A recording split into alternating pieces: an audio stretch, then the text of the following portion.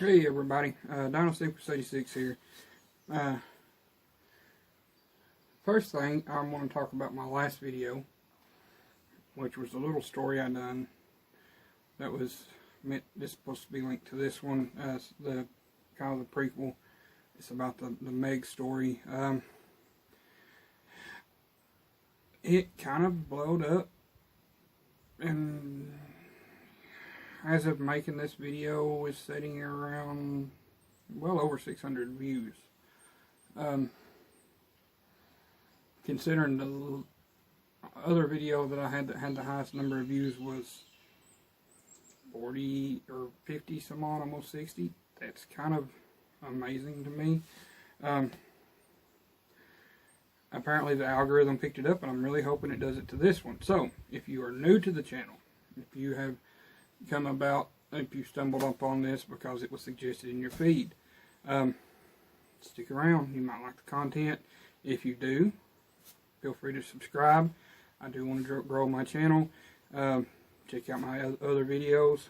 I'm not the best. I'm just learning. But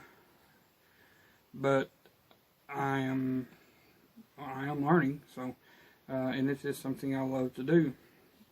So, yeah, if you like my stuff, subscribe, give the video a like, you feel free to leave a comment. So you may notice the title. It tells everything of the subject that we're going over today, which is Megalodon. So let's get started into that. The name Megalodon, so depending upon who you talk to, the genus may be different. Originally, it was under the genus Carcharodon, so it's Carcharodon Megalodon. Carcharodon was a, so that was the original genus. It is now under the genus of Carcharodon. I'm pronouncing that wrong, I'm sure. Carcharodon Megalodon, so Carcharodon carcharodon is the great white. So they've linked it into the genus. Some scientists have started putting it in the same genus as the white sharks. Basically, the Meg was believed to be pretty much a giant white shark anyway. So they lived, estimated between 20, and this is a rough number, is between 20 million to up to 3 million years ago. So that's quite a large time frame that they did live in. They lived in coastal areas, and not necessarily tropics, but they did tend to stay close to warm water, it seemed. So the shallow coastal areas, though the adults would venture out into sea, I'm sure, like white sharks, but it is believed they were not as open water as a lot of the white sharks are nowadays. So the fossils have been found all across the world, anywhere they're in most coastal regions, within a certain range. Farthest north of a Meg fossil has been found has been in Denmark, and the furthest south has been in New Zealand. You can research this online. It's fairly simple. If you want to learn more, I highly suggest do some research, read some books. I will put a name of one good Megalodon book in the description if you want to check that book out. So these were more, they seem to be more focused in warmer water. They were large. They were the largest living shark that has ever existed that we know of. They are not the largest fish. There was a fish larger called Lydix. I can't pronounce the word. I'll put the name here. It was a giant, believed to be a plankton feeder, if I remember correctly, that lived during the time of the dinosaurs. Sorry about the light going in and out. I was going to have my light set up to where it wouldn't do that, but my light is not working at the moment. So yeah, these sharks were really large. They were up to, females got close to 50 or 60 feet by some estimates.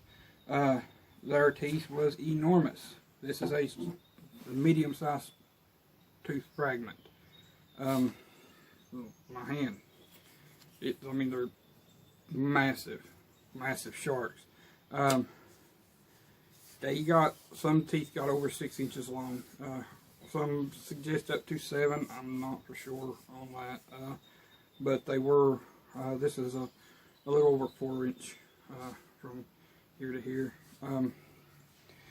They are, the males were most likely smaller than the females, like current white sharks, modern day white sharks. So they wouldn't have gotten up maybe close to the upper 40s, maybe 50.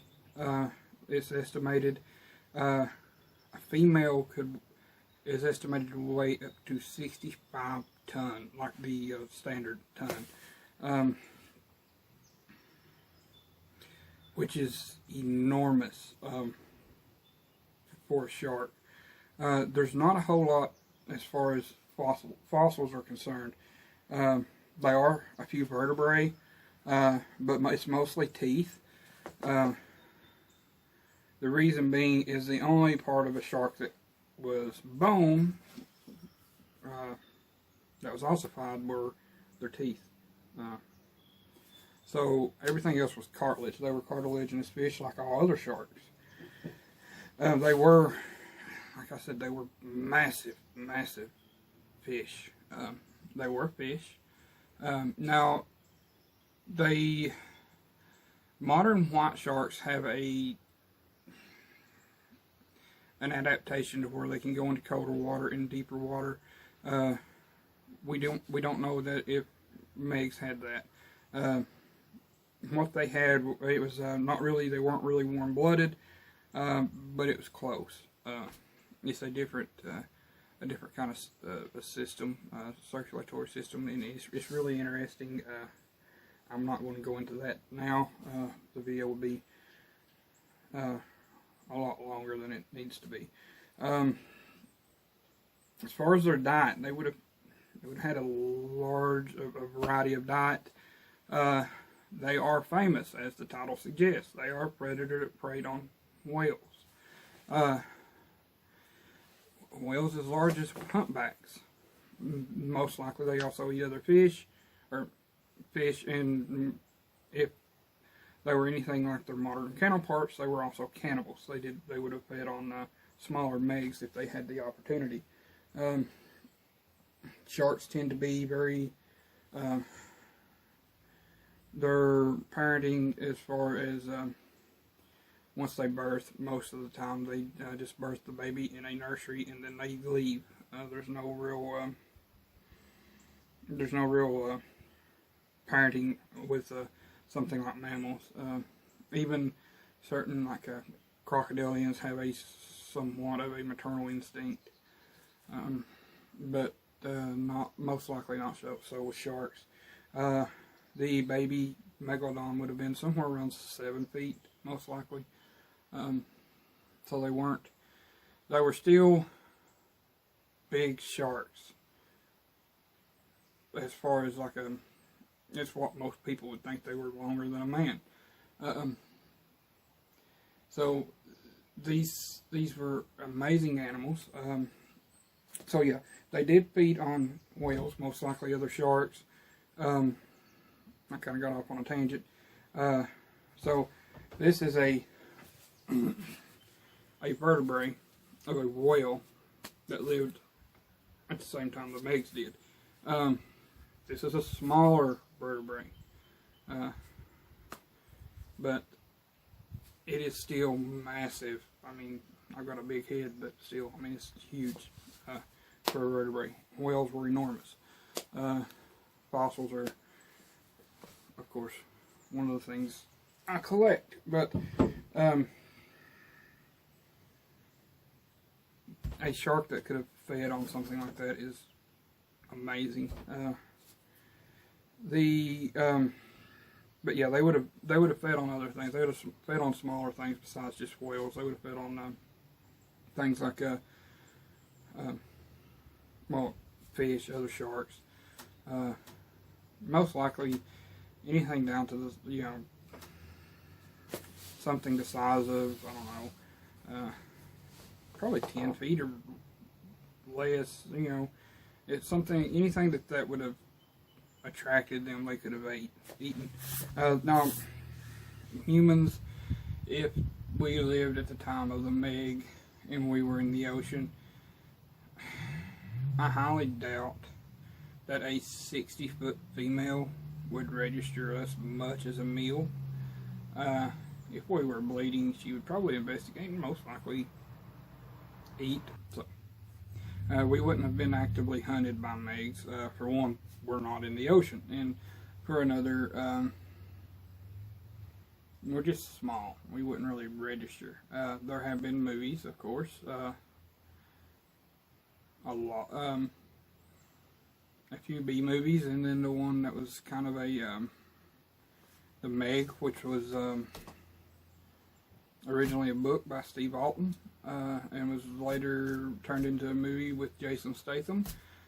It's a good movie, realistic, not so much. The sharks looks good, but the realism just isn't there. Which brings me to my final point. Could a Meg live today? It isn't near impossible. For one thing, Megs fed on whales. We know that they fed on whales. We don't know how much of their diet consisted of whales, but most likely it was a decent part, like similar to seals in a lot of places are a decent part of great whites meals. The issue is around about the time that Meg started dying off, whales changed, and they went from being they went to migrating to cold waters to feed on krill. They gained a lot of blubber, and most likely the Meg probably just couldn't follow them to the poles, to the polar regions. If you've ever watched Animal Planet's Whale Wars, if you've ever watched that, Antarctica has a large population of whales. They go there to feed on krill, and plankton, which bloom in large amounts at certain times of year. In the same way with the North Pole. Of course, the South Pole is fished heavily with by Japanese whalers, which is what the whole that whole show is about. But the chances of a Meg living today is very unlikely. So their food source, their predominant food source left. The whales now you don't see in staying in warm water as much. They are in warm water. They migrate through the warm water of around the equator at times, but they do not stay there. And it's the same with some of the other prey.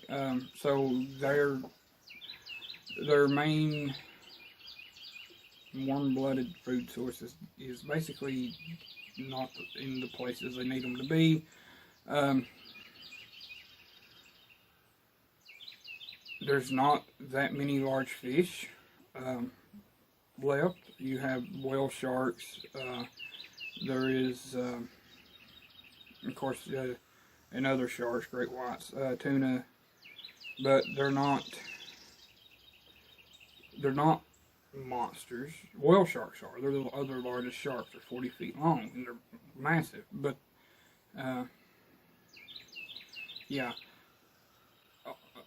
as far as them going deep and leaving deep in the ocean, like the movie and the books, and people and even Discovery Channel had a fake documentary thing that they had done. The chances of them living in deep water or in one of the trenches is pretty much next to nothing. For one thing, oxygen in those environments is extremely low. There's not really large prey to sustain a large fish down there. The deepest large animals would be something like sperm whales, or not sperm whales, the squids, giant squid and colossal squid, which are fed on sperm whales. And sperm whales can go that deep, can go the depth that they can, but they can't go down to the trench. Great whites can't go down to the trenches.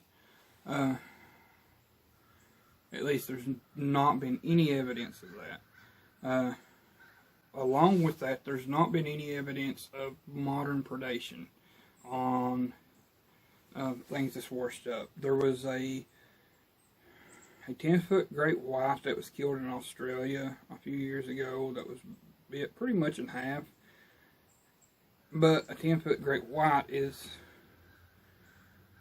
about half the size that the adults get. A massive female can get up to 20 feet, maybe a little over. Some estimate up to 23, but I know that 20 feet is on record, and a massive great white would just kill the could have just bit the smaller one in half. Orcas would be another one. Orcas predate on great whites and other even whales. But other than that one shark, there's not been really any suggestion of a massive predator living in the oceans, a massive shark, that is.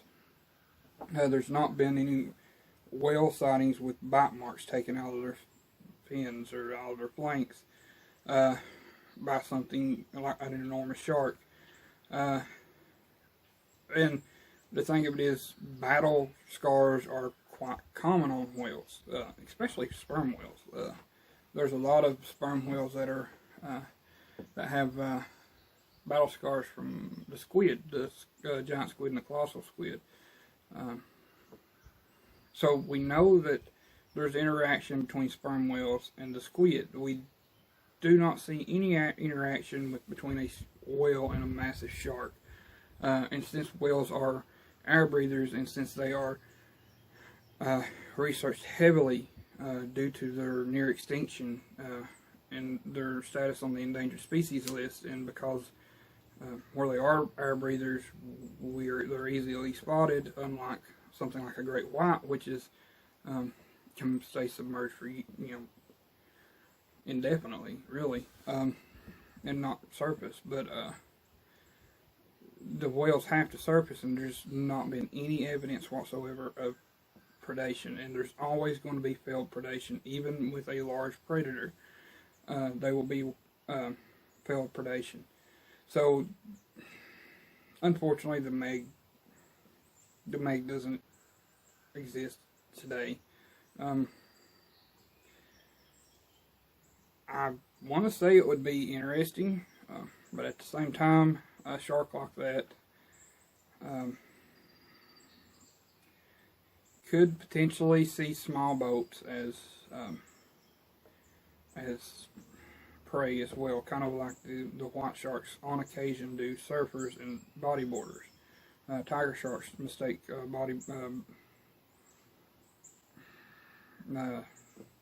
boogie boards, or whatever you call them, body surfers. They mistake those as sea turtles in Hawaii sometimes, and other places. Great whites mistake surfers and things for seals. you don't see that on boats. And with a large shark like that, there is that possibility that since we are on the water a lot, and they would have hunted near the surface, most likely. They probably had a similar hunting style to great whites, and megs would have, and we don't see the interaction that would exist. So with it being pretty much impossible for them to live in the trenches, in the deep oceans, there's just unfortunately no way that they would have lived today. And it's a good thing, really. The whales are under enough pressure by humans. If they were under pressure by humans as well as a large population of giant sharks, the whales wouldn't have made it through the stint that they did. And at the same time, the sharks wouldn't have made it either. They would have died out as well because their prey had been driven to extinction. So, the video a little bit longer than I wanted, but I hope you all enjoyed it. If you did, like, share, subscribe, comment any questions. If I've said something wrong and you see it, comment, let me know. Just don't be rude about it. We can start discussions. Now these are my opinions, but that's it. They're my opinions. I base them off of the research that I do, and I hope you all have a good day. Stay safe. And just have fun in life.